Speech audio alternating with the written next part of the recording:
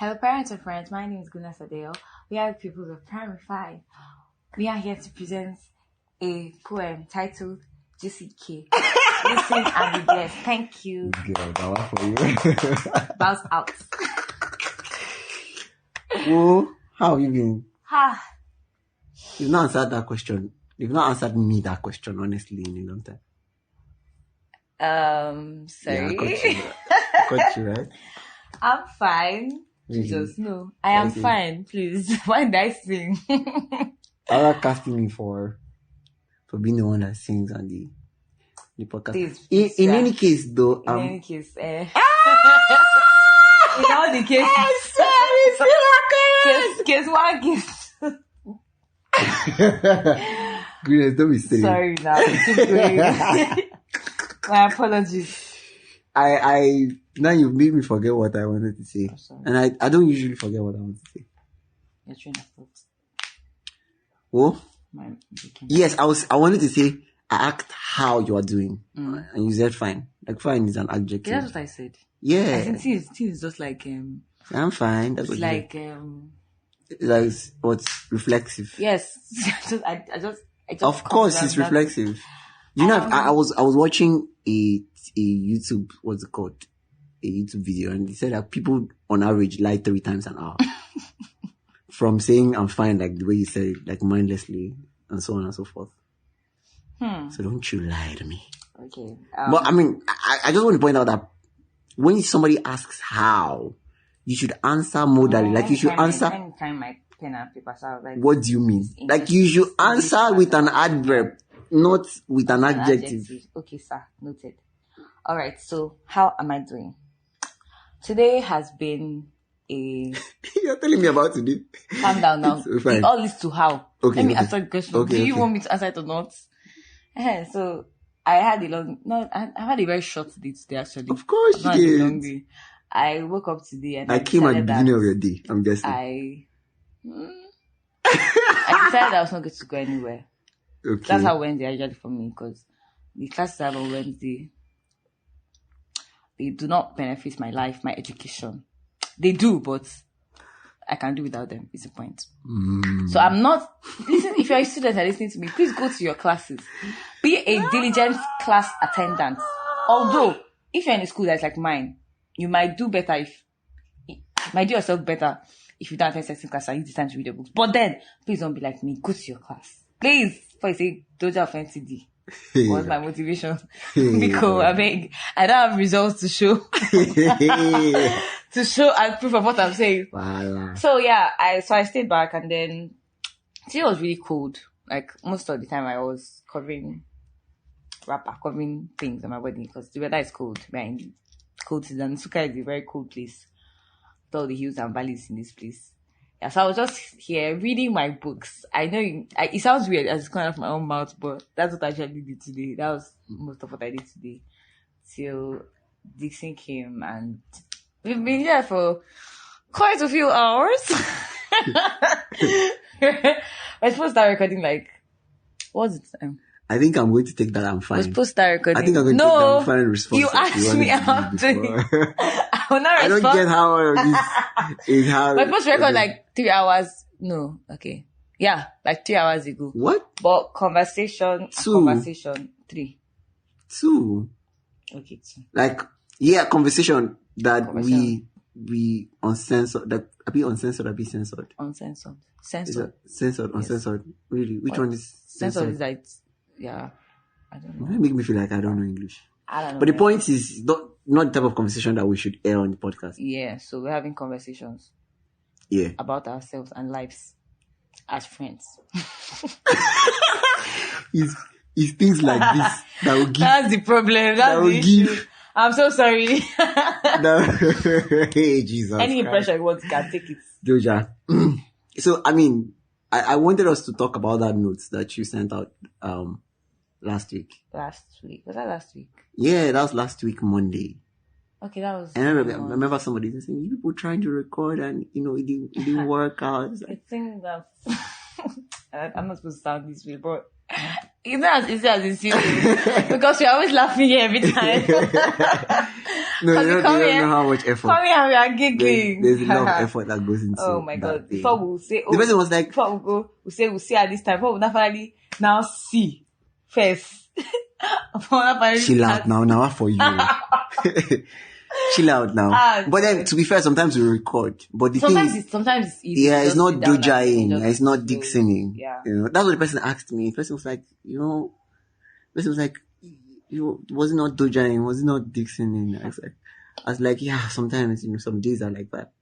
But I mean, I wanted you to be the one that talked about, the letter. Okay.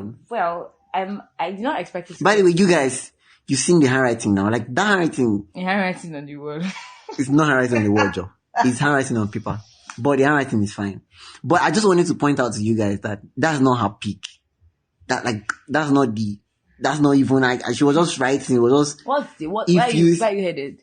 That I'm going to send out one of the pictures that I've taken of your notes. Don't you dare try it. I'm going to say, don't worry, I will not put it out I will not give them to put on the NTD handle. I'll put them on my personal handle. I mean, I agree that my writing is very nice. Damn it! But then, damn it! For people that have seen Dixon's writing compared to my own, we can't be having this conversation. They will just think that. Because me, I don't think that you're trying to. I know it's too. No, I'm not. This is not me trying to be humble. I know my writing is fine. I've known this from nursery too.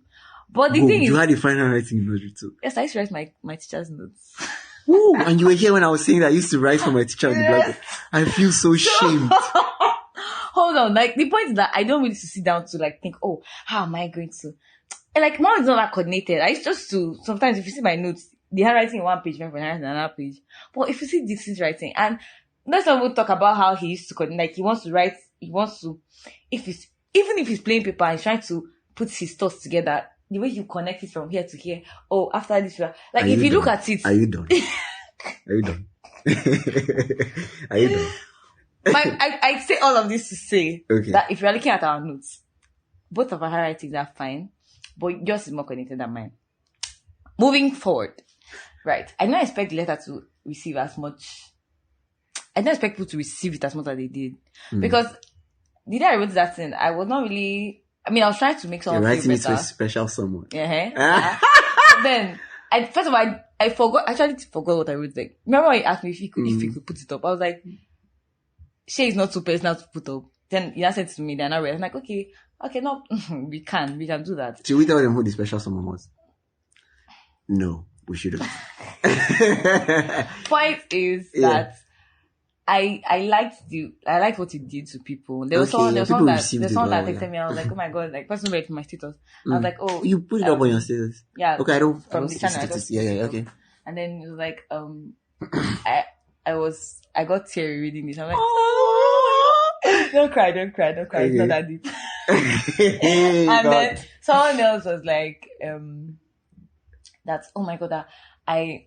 Was this personal? Because I sent it as broadcast too. Yeah. Was this personal? If it wasn't that, the person is so happy that I could take out time to write things like this to people, like some, listeners, that's like, beautiful. Like, okay. Hey, God. Jesus. Goodness, you don't finally blow. Make efforts. Doja. I'm not really a terrible superstar. Yeah, superstar. And then someone else was like that. Someone came was really excited, like, I just found NTD and I was like, okay. And they said, tell me backstory of how he saw the letter and then he was like, like the way I wrote it, like he knows someone that writes like that. Oh. So he was like that. I was very happy to read it and that he now went to the channel. Then he now saw our podcast, our Spotify system. And I was just like, okay, wow, this is nice. And just so you people know, I didn't even know that I was like, who is this letter? Who is this paper episode written to? I didn't know that I wrote, hey everyone. Do you get? It was Dixon, I guess, put it up there because he was the one that had the paper. Was it written to him? That's questions for another day.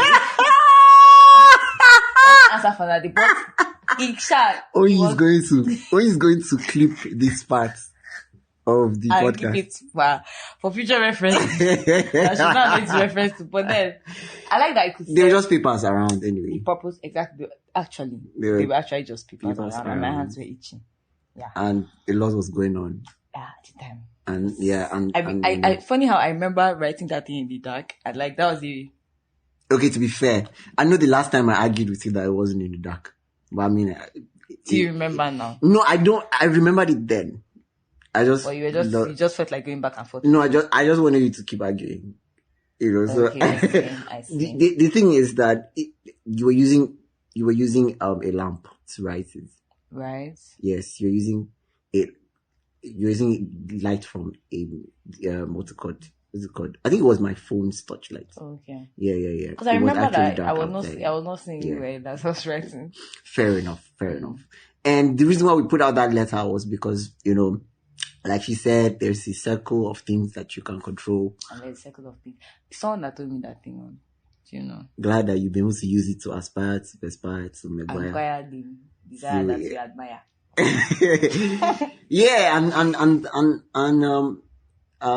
Yeah, with the things going on in our lives, like we just alluded to spending the first few hours talking about, and the things going on in the life of this podcast,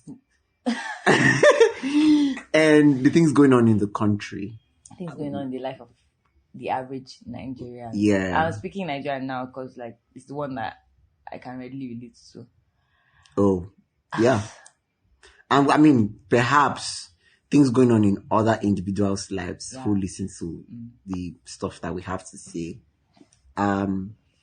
We put the thing out there to, just playfully or like childishly encourage you because, I mean, it's like the other half of the year, and then people are probably reflecting and seeing how it is that the this is music for experience now. Okay. The what do you call that? New Year resolutions. Okay. The things that the goal that's the word.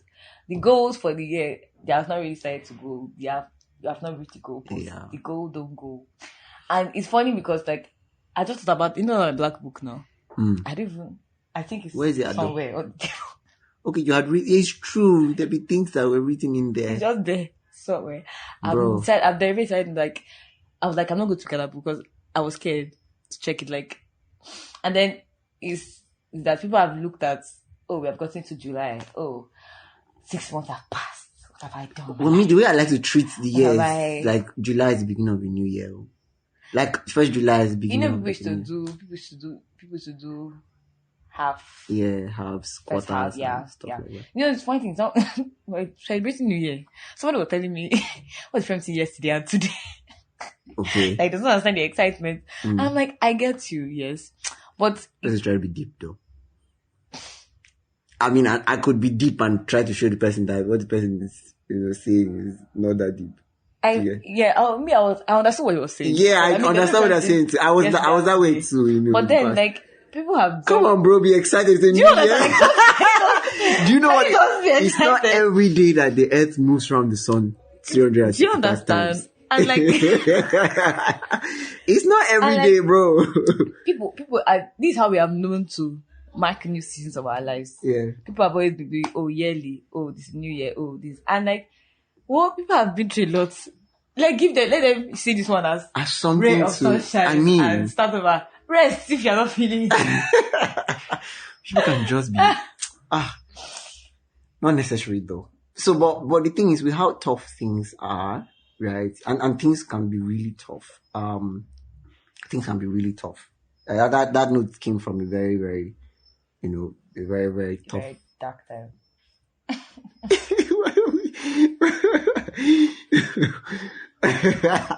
Actually, it was very dark time. Why are you laughing? I'm trying to water it down. Okay. I like that we can't laugh now. We can't. We can't. But I like that we are laughing. Yeah, so it still is dark, but for what is worse, we thought about a way to pitch what we think. Dixon did most of the thinking, by the way. Yeah, I did most of the thinking because, hello, I'm the more experienced one here. Alright. When I say experienced, I mean whatever. But the point is, I have seen a lot of these tales play out and and while we were talking about it, we're like, what could you possibly do in moments like this? Goodness was just born yesterday. So Dear God. So she may not know how to deal with this and that. I'm a small girl. What do you mean by that? That's what you want to hear now. Okay. To be fair, she was born a couple of years ago. I'm sure just again before you think otherwise. So I mean, we're trying to trade experiences about like, oh, how could you possibly deal with, being in a moment of despair? How could you possibly deal with being in a moment of despair? And I found this note. I saw a note on Twitter. I found a note on Twitter, and then I saved it to my phone. I think I should show you. Do you want to read it this time? I should read it. You try to test your reading skills. I feel like I've been doing very terrible Reading these days. Yeah, really. I've not had opportunity to read like out loud. Oh really? Yeah. Yeah. So I think we should. It's long. I'm not reading everything. Yeah, I think you should just read. I think you should read the first paragraph, the first and second paragraph. Okay. So, and it says. Why you sound like I'm reading the Bible in church? Recitation. So this is a Tyler Bruno piece. I don't know who that is. But yeah. Acknowledging. Yeah. I should learn to acknowledge how I'm acknowledging this. Of course. So he says, what am I saying this? Goodness, focus. Because when faced with a tough decision, we often become paralyzed. You ask, what do I do over and over again? Want to know what you should do? Pick the best story. Pick the one that gives you better stories to tell to your kids and grandkids. It's a framework for decision making that I've seen in practice. It helps alleviate the stress and anxiety. It's a tool to have in your toolbox. Great, interesting, positive stories can indicate a life well lived. It means you shaped your reality, made tough decisions, and lived a life full of purpose. If you have no stories, that's living with mediocrity. Don't settle for predictable endings. The best part, you're the author. So you get to write your own story. Make it a great one. Yeah, so that, you feel really good now, don't you? I feel like I was rushing, but I hope you got the message. Don't worry, they'll get it, and if they didn't, they'll just release it. So, but I was thinking about how, great things happen to those who can tell them. Yeah, like the great storytellers are just really people. They sound like they have interesting things to talk about, but they're just really people who can tell their story, like who can, who can narrate, who can gist. I don't know if you understand. I get what you mean. I think I was thinking about this thing one time where I was like, you know how everybody's living their everyday life? Yeah. And then you feel like they're living a boring life. Yeah. And then you see people that are doing vlogs. Yeah. Like, get ready with me. Go to the market. We don't follow you to the market, but you're following the person to the market. Yeah. Because the person is just telling you story what the person is doing every day. Definitely. So yeah, I get that. That's really it. So like if it feels like something interesting, even it doesn't even need to be as extreme as get ready with me. Like it could just be Instagram pictures that people post that seems like they have stuff going on. Yeah. They're just living boring lives like you, guys, maybe even much more boring. Maybe the caption, just caption. I mean. And then you now think about Or how it could be that you went to a particular place with somebody. Yeah. And then the person posts about it in a way that makes you feel like, bro, was I here with you? excuse me. Excuse me, sir. You know what I'm saying? So it could really be the same way with tough times, with really tough moments. And I think this is the resourcefulness of stories, and that's why we're having this episode, because I mean I would like us to trade like our favorite maybe comebacks or tight situations in movie. I think we're allowed to, in this particular episode, expand beyond just like African movies and all. And just maybe books, talk about cinematic experiences or even success stories of artists, famous people who, when the story is told holistically, it feels like, people tell the story about Thomas Edison trying 100 times. To be honest, that thing was not true. He just tried as many times. It was not true that, and you felt like he tried 99 times. People put quotes out there. They say it's Albert Einstein that said it. I swear the bro is turning in his grave. Or they say it's Leonardo da Vinci. Somebody will find something. Sorry, this is just like, time. We know that time that, I don't know if this thing was now trending. Yeah. Like someone just writes I know if you read for this exam, you now see kid danger. Or that was so funny because like I didn't see, but I think all it was expected. really... They just write this business suite, Captain Man. I'm just like, bruh. Bro. Oh my God. And so it will validate what you're thinking now. It will validate, like, as kid danger, no one read for him. Exactly. Make I no read for my exam now. I failed too. Thunderman. But so I'm trying to resist saying, in any case. Don't worry, it's fine. You're free. What do you mean? You judge me off record. But I mean, in any case, though, we have these people's stories, or we have these cinematic experiences where, if told holistically, like told together, feels like one great story. I was watching I was binge watching a series, a couple of days back, actually like a week, in a week span. Suits. I know you've probably not seen the series, but it's about law. It's a legal movie. Okay. I don't mean like it's not illegal. I mean like, yeah. like the law. I get it. I get it.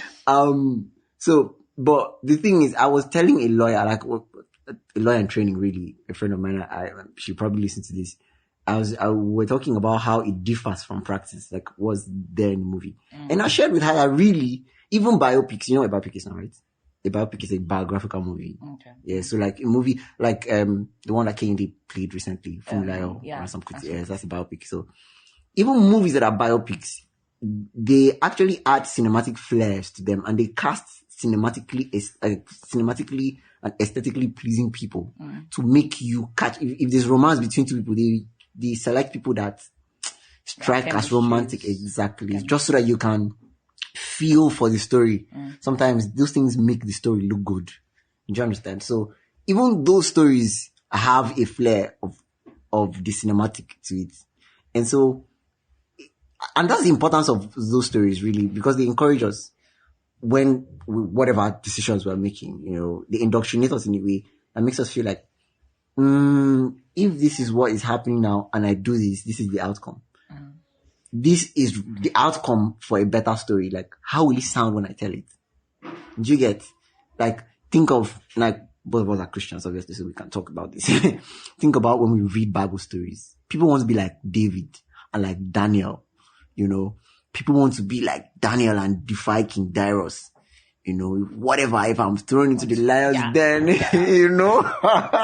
until you're thrown into the lion's den and you don't come out. He said, I'm going to say something. He said, first of all, you have to be in captivity. You have to be in captivity first in Babylon. You have to You have to be in captivity in Babylon. People want to be like Joseph and become the prime minister of Egypt. First of all, you have to be sold into slavery.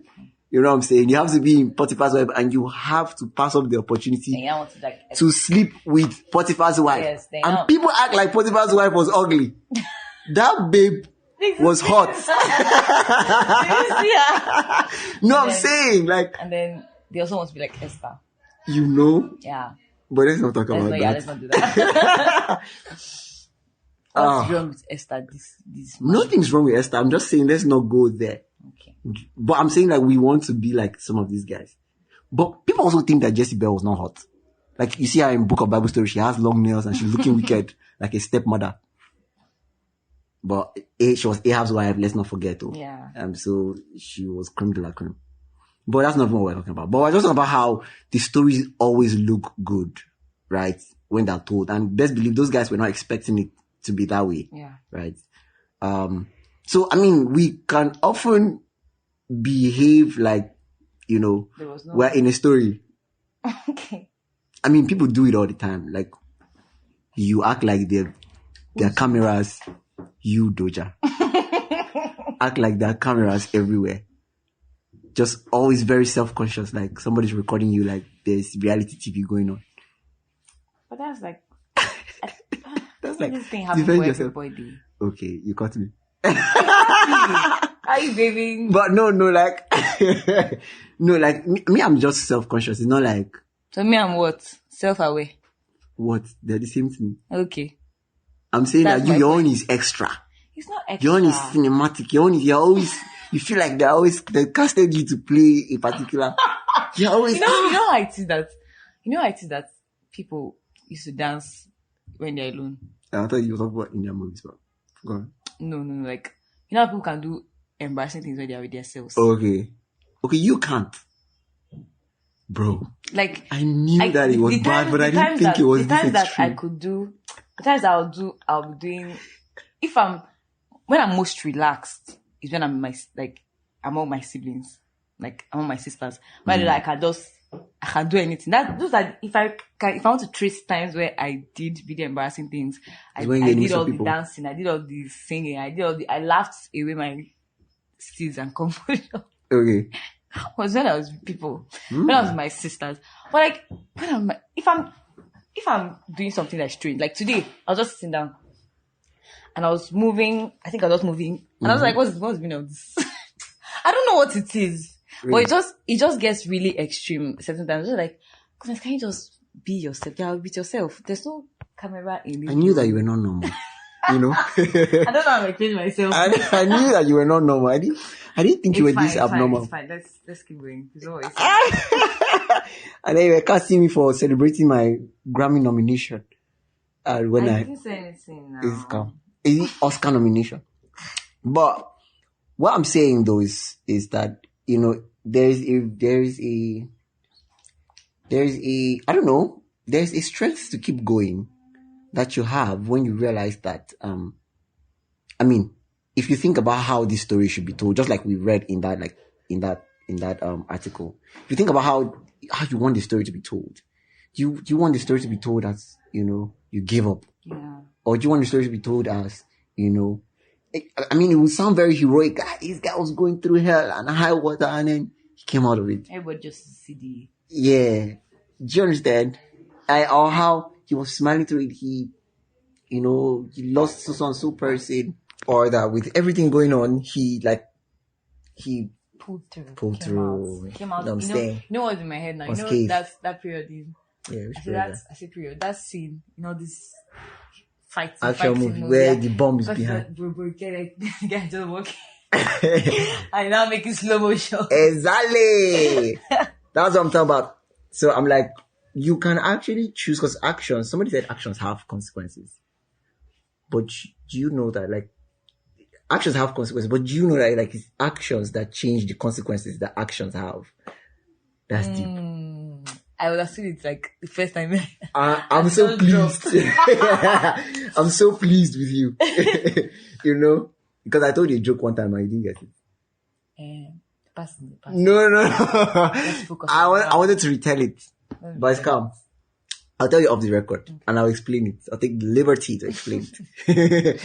In any case though, like, you get what I'm saying. So it feels that because actions have consequences, we can just simply take those little heroic actions that we think our hero in the story, that we want to, you know, be read as or be told as, would have taken, and then allow the consequences to play off. In other words, control the things that are in the circle of things that we can control, and allow the things that are in the other circle that we cannot control.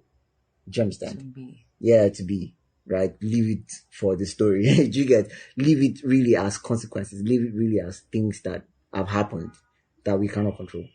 Right? And what would that mean? That would mean that every time that we act like we're in control of the narrative, act like we are in charge of how the story will end, I feel like there's this brute will, there's this sheer force that we will approach like the situation with. Do you get? Mm-hmm. And this is the resourcefulness of stories, and that's why I felt like, you know, the drive to keeping on, right? The drive to keep going is something that, for me, I personally have drawn from many movies. I don't know how much experience you've had to want to draw from movies, except I'm sure there's all those Barbie movies but you can tell them now. You can tell them. You can tell them, Sha. Well, what character have you identified with the most, like in your recent movies? That's a tough one. Really? Yes, because when you asked me to do background check. I did not background check anything. I feel like B. But while we're talking, I thought about this book I read, The Middle Daughter. Oh, I've heard about that middle daughter. I think that's a book. That's Onigwe. Abi? Check Onigwe. I believe. Oh, you sure? Okay, I'm with you. Nothing happened, guys. So Nothing like happened. it was actually a really tragic story. Yes, it was the middle daughter. And life can be tragic too, by the way. Like this was, you know how, like, I was pained. I was feeling like, you know how you're feeling somebody's pain. You can put yourself in the middle and identify with the pain.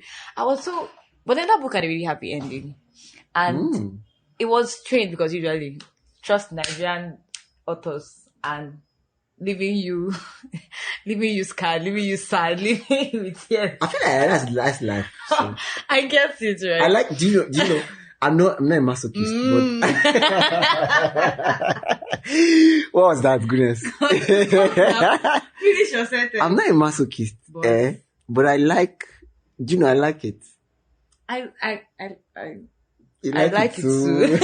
So like, it's not like somebody knows that this music is emotional, but the person just puts it in his ear and sits down and cries. I don't understand how. That's how you are depressed. You now can play depressing music. I see helping you. But like, there's just this. You just want to cry. You know? Looking for drive. So like, I love how art imitates life anyway. Yeah. So like in the book, right? She had issues with. She was like in an abusive marriage. I like to say she stumbled into that marriage because one thing did one thing, another thing did another thing. She not like this guy. Next thing she saw herself, she had gotten married to him. She was pregnant, first child, pregnant second child, and she was just watching.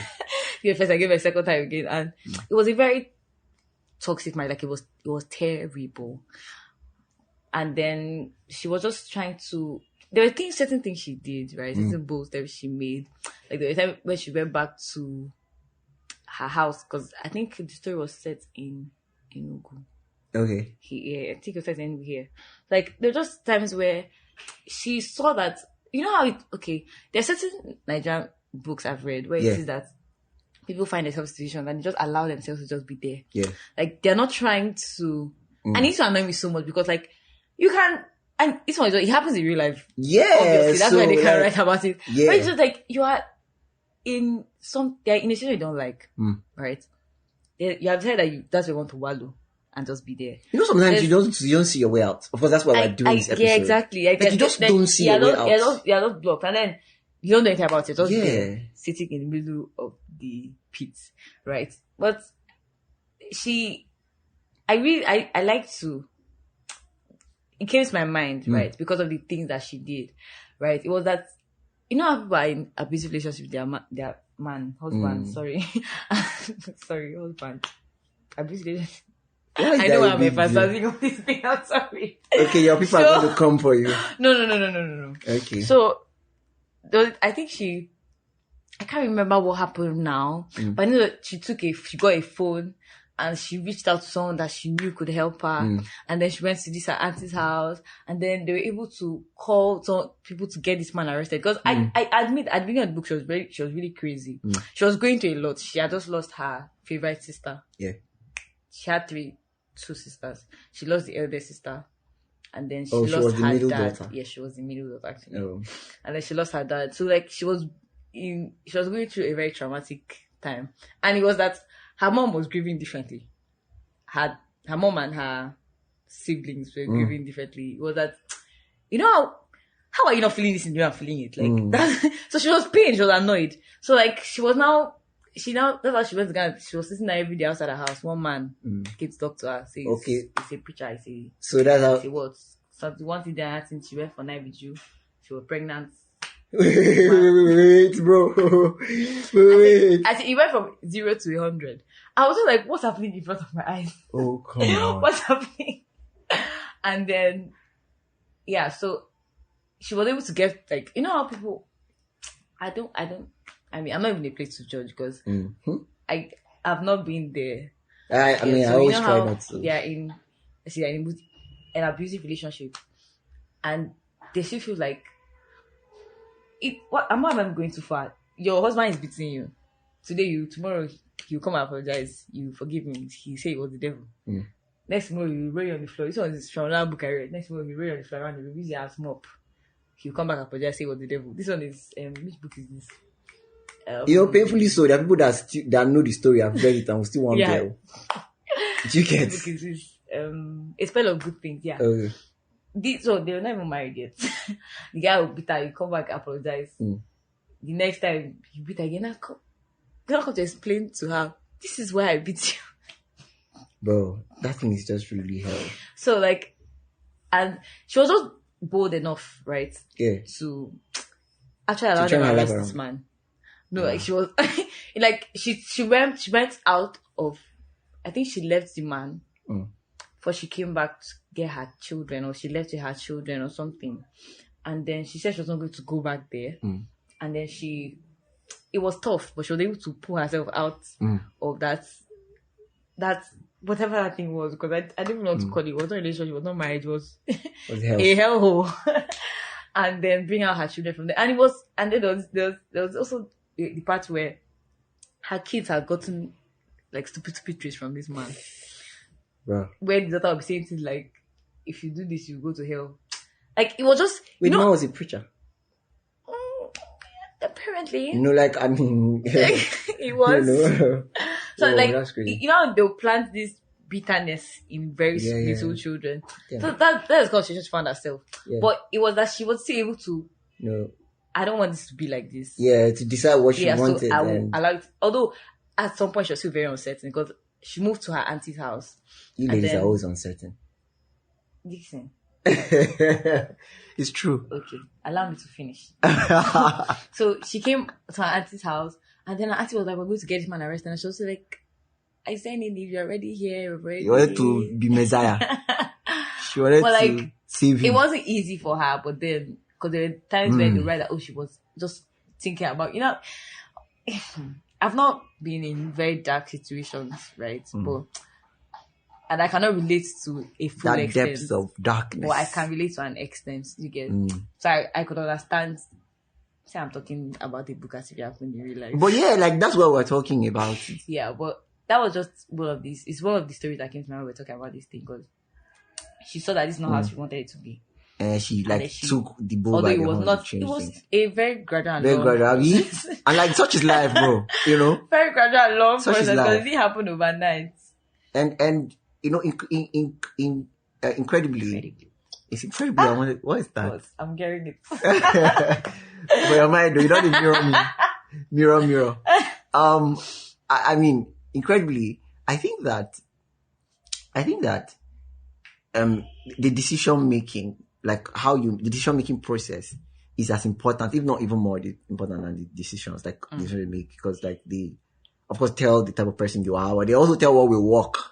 They tell how you will cope with what works and what doesn't, because sometimes you do the right thing and then the right outcomes it doesn't still work out, and it's not written in stone. Life is not, in genre specific things you can say, this thing was a comedy, this thing was tragedy, so soap opera, boom. You can watch the end of the movie and see what's going to happen. Yes. But somebody said something about a movie. Somebody said something in the movie, and the person said that, is there really a thing at the end of the story, or there is where we leave the story? That's another deep thing. Bro, I now feel like the crown is heavy. This crown that you guys give to me. You don't remember too much. The crown is heavy, but really, what that means is that, life is really not a tragedy or a comedy. We make of it, and we also have to cope with it.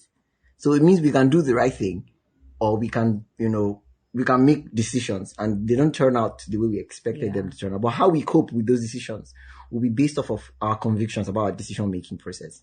And, like Tyler Bruno said in that article we just read, deciding that, is this going to be a worth it story when it's told, based off of my own conviction about what I think a great story is. I think it's a good metric to decide. And I think of many characters, I can think of very many characters. I like that I have drawn inspiration from a lot of characters, growing up. Even most recently as of, I make it a point of view to binge Peaky Blinders. I don't know if you heard of Peaky Blinders. I make it a point of view to binge Peaky Blinders every year. it's a very private, It's a private thing, very rich one. And I did because somebody said that Cillian Murphy's best now played Thomas Shelby. Somebody said that. I was saying Uncle Picky. Uncle Picky. Why is it Uncle Picky? Is it what I think you want to say? Yeah. No. Is it Aurora and Uncle Shelby? No. Okay. Okay. Uncle Shelby. That's an inside joke, guys, please. If you don't get it, forget about it. So, yeah, somebody said that Thomas Shelby is so good at playing Cillian Murphy. Like, do you get it? Yes. The character is, yeah.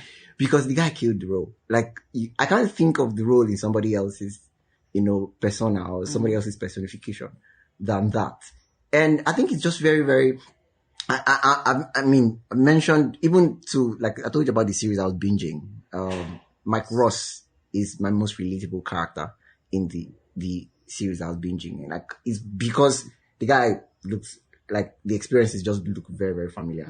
But like, the things that this have in common with some of the African movies or Nigerian movies we've seen recently, Gangs of Lagos and Brotherhood, Obalola, and Kalashnikov. Like, I'm not talking about being a gang member or anything, but it's just the fact that they took the responsibility to turn their life around. And people may judge it, in the case of Kala, people may judge Kala as, what do they call these guys now? Criminal in Yoruba. I know Olopa is policeman. I don't know but I thought you are the one that mentioned it to me the other time. But in any case, though, the fact that, he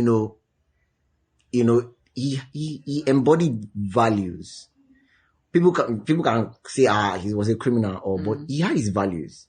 Do you get? I'm all for a person that has values. And one value that I love about people is loyalty.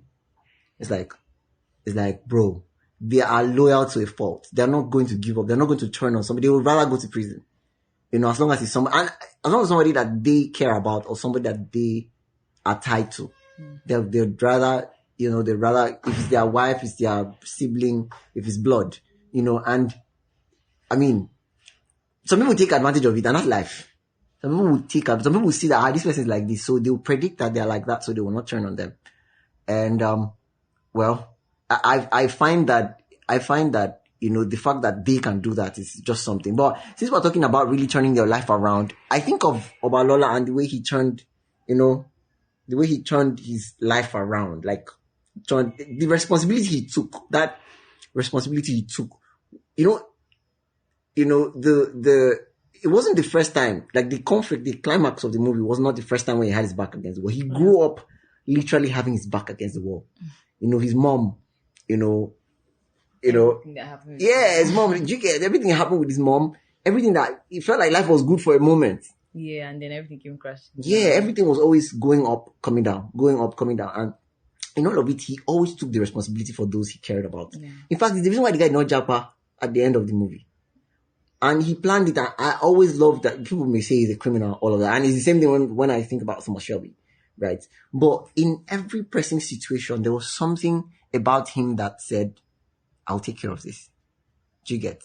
And, while I was watching the movie, the first time I watched it with somebody, I watched it with someone and, we were talking about it and, I didn't know what was going to happen next. I didn't know how the movie was going to end, but I was so sure that whatever happened, even though he sacrificed himself, that the movie was going to end on these very good notes. This guy, we had already lost, what was this Chike's role? We had lost Panya, I think Pana or something. We had lost him, and how he died was very painful to me. And people talk a lot about how Choma, that speech he gave and everything. But the way Gift confronted this guy about it oh my God. was one of the most touching scenes for me. Why? Because I felt, that was just him for the first time consummating his desire with the babe that he has always loved. That's for a fact, bro. And I'm sure that he couldn't have had it any other way. Do you get? So it felt like, and there are moments like that in life where it feels like you just dropped the ball just because you wanted to go for something that you just this one moment. Just saw your eye. Yeah. Do you understand? But to think that he took the responsibility, do you get? And, he came out of that tough situation. And, I mean, we hear the story like, the way he's told in his voice, Kadara, destiny. Who decides where we are born, the life we have, and the whole narration, gives me the feeling that we, like what this guy say again, I think it's Benjamin Disraeli that said that we make our own, how did he say it? That we make our own future or something and we call it fate. We make our own destinies. That's what he said, and we call it fate. Because the truth is that it's always going to be the decisions that we make that brings us out of whatever hellhole we're in. And I like, I remember my friend, because I relate with some of these guys because I've gone through, I've gone through hell. Like, I can show you vouchers. Like, I can show you receipts. I can show you receipts, I can show you. Remember that, up with the way I work. Down with the back arrow. Give me a song.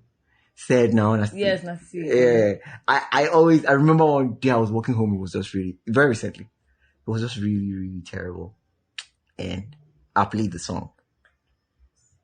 And I played the song, it got to the part where he was rapping. Because I love the song and I was rapping along. Bro, I started to weep while rapping. Dramatic moment. Yeah! I swear, like, because I'm going to tell, and that part where he said, what did he say?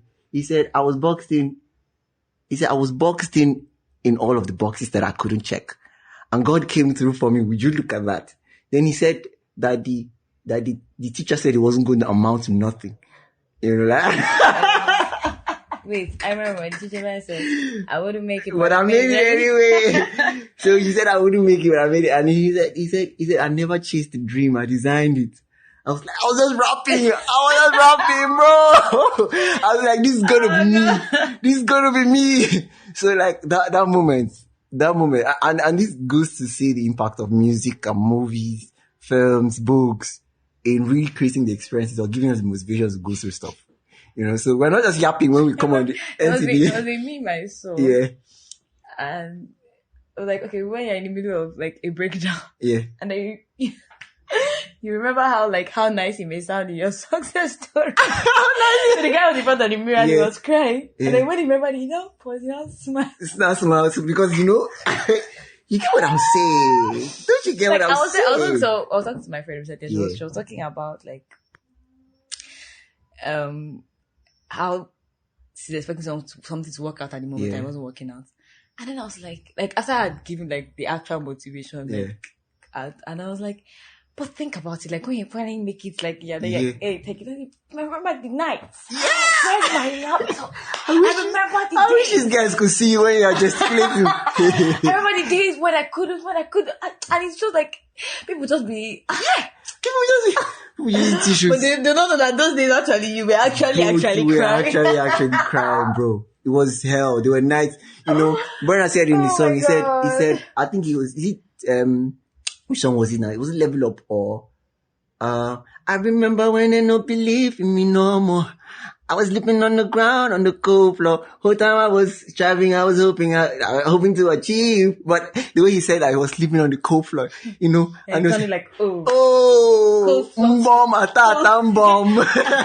Cold floor to big bed. Do you remember that those cold floor days actually, that you wanted to die? But, now that I think about it, all of these stories told in music, movies, and films, give us stuff to really hold on to.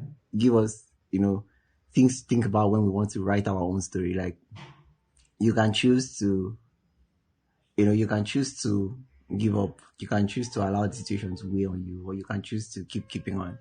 Let's not even go too far. Like, me now that as a student, I know how it is that I'll see one of my results, and let's say I had a very good grade, and I'm like, this guy, they must me. When I go think of the times where it was that where you were toiling, I burning the night candle. I sat down like this. I was on my I don't know how to focus. Yeah. So I just sat down. I was looking at this machine, but looking at me. I was just tears started falling from my eyes. Like I was just like, Jesus goodness, you're finished. Crazy. Like you're done for. Crazy. It's over. It's over. You're not pulling. You're not pulling out of this one. You know when like, oh, I graduated with a first class, oh that, and then you're seeing pictures of graduation, and then it's looking all pretty and so nice, and you don't. Bro. Oh God. Oh, I told you now about my Drucker challenge. The night I wrote what is considered to be my magnum opus. How my friend called me the night before, was like, in the afternoon before, was like, should we go kill them? He did not know I had not started writing that one. Was about to kill me. Or when I submitted, I was depressed for days. Bro, or was it the most recent stuff where I wrote, submitted at 11:59? Bro, it was hell. I've not been there before. But, you know, the story pans out. The story pans out either in your favor or against you. But, you know, you can choose if you are going through hell. Somebody told me if you're going through hell, you have to just keep going. Because if you stop, the fire is going to hot more. You know? Fire is going to hot more. So, yeah. The point is really, you know, with these following points of ours. Few points. You either just give up or you keeping on. In other words, you Jisike. Yeah. Jisike. I was wondering when this was going to come in. Yeah, definitely. So see you guys next one. Bye.